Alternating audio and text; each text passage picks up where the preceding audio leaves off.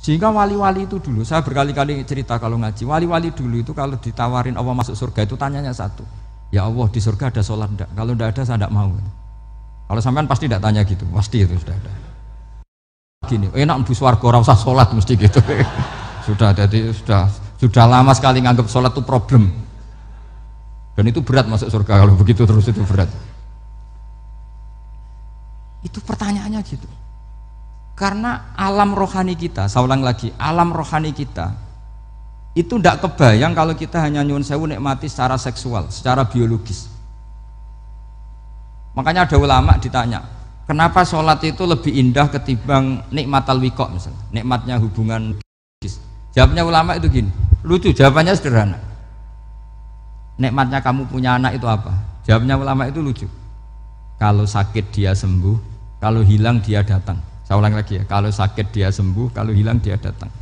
Sekarang orang tua yang punya anak sakit koma di UGD atau di emergency, itu senangnya tuh mengalahkan kesenangan apa saja.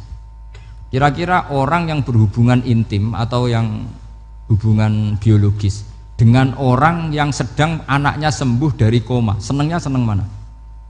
Senang yang melihat anaknya sembuh dari koma. Senikmat apapun hubungan biologis, seneng anaknya yang hilang ketemu. Nah, kalau anak ketemu saja orang seseneng itu, apalagi kita di surga, ketemu zat yang lama kita sembah, yang lama kita rindukan, yang lama kita rindu, kemudian ketemu di surga, maka tidak ada artinya surga tanpa melihat Allah Subhanahu wa Ta'ala. Memang harus dijelaskan secara rohani. Akhirnya orang ngerti bahwa nikmat tertinggi di surga adalah melihat Allah Subhanahu wa Ta'ala. Karena kalau anak-anak muda mungkin protes, ya enggak, ya enak kumpul sama widadari gini-gini. Wah itu kan yang trauma bojone jelek gitu. Wah itu yang bojone jelek mesti kesusu masuk surga karena itu sudah jelek, cerewet, nggak mati-mati kan gitu. Terus dia ingin masuk surga mesti niate welek, mesti pikiran pertama itu kumpul widadari. Tapi ada ulama yang bikin analogi tadi, misalnya istri kamu cantik, kemudian anak kamu sakit, koma. Hubungan dengan istri sama dengar berita anak kamu sembuh, seneng mana? Seneng anak sembuh. Sama anak yang hilang, seneng mana? Anak yang hilang ketemu. Maka terus ulama bisa menjelaskan itu. Kalau orang ketemu anaknya seseneng itu, apalagi ini ketemu Tuhannya yang bertahun-tahun disembah, kemudian tidak pernah melihat. Di surga itu nanti kita melihat Allah Subhanahu. Makanya Allah begitu bangganya mempromosikan surga. Surga itu apa? Surga itu wujuhu yauma idzin nadhirah ila rabbiha nadhirah, yaitu wajah-wajah berseri-seri dan melihat Allah. Itu tanpa dijelaskan seperti ini Anda akan janggal, enaknya di mana?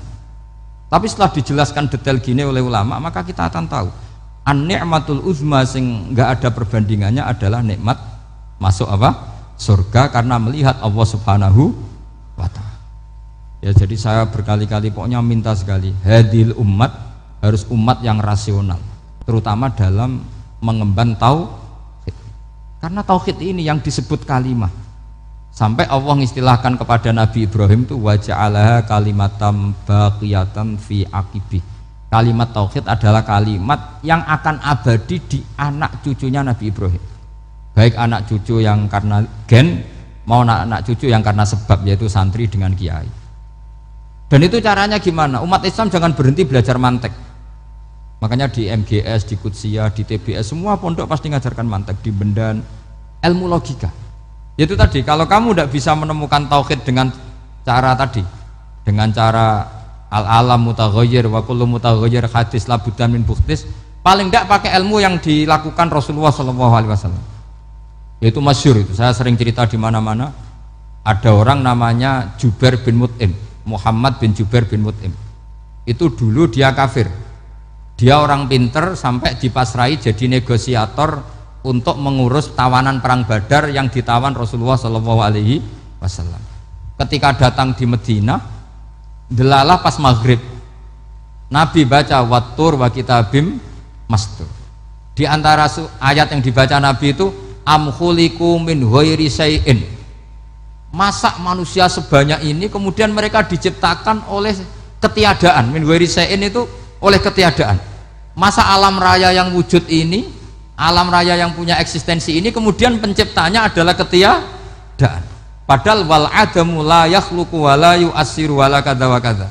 Tentu sesuatu yang tidak ada itu tidak bisa dikatakan sebagai pencipta. Wong nggak ada, jadi faktor saja nggak mungkin, apalagi jadi pencipta. Itu Nabi habis sholat langsung beliau sungkeman, ya Muhammad, saat ini juga saya iman.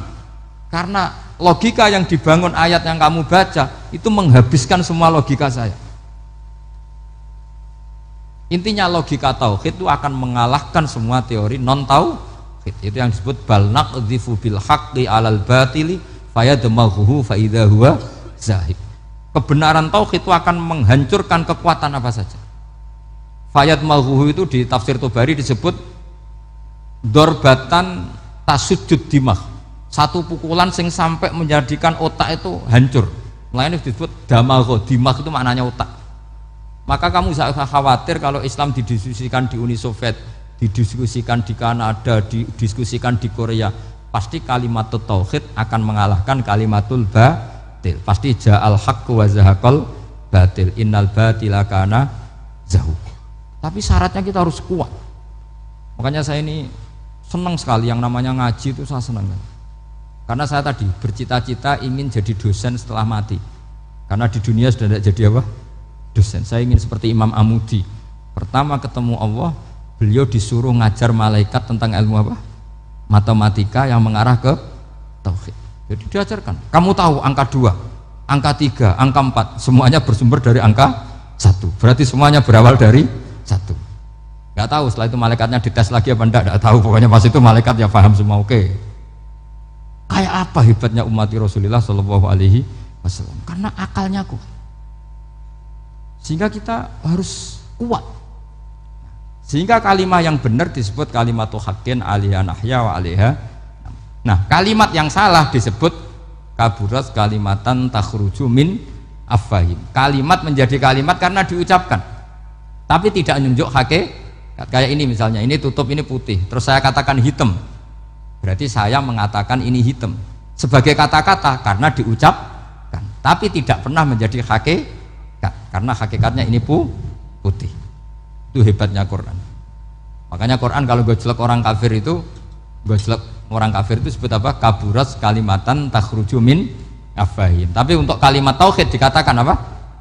Yusabbitu walladzina amanu bil qaulits tsabit fil hayatid dunya wa fil akhirah. Sebagian disebutkan wa ja'alaha kalimatam baqiyah.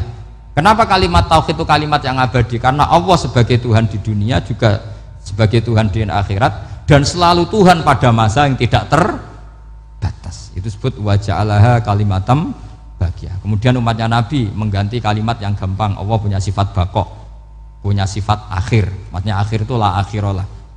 Terus semuanya yang faham ya alhamdulillah, yang nggak faham dikon ngapal wujud kidam baqo mukhalafatul khawadisi qiyamuhu binafsi wahdaniyat kudrat irodat.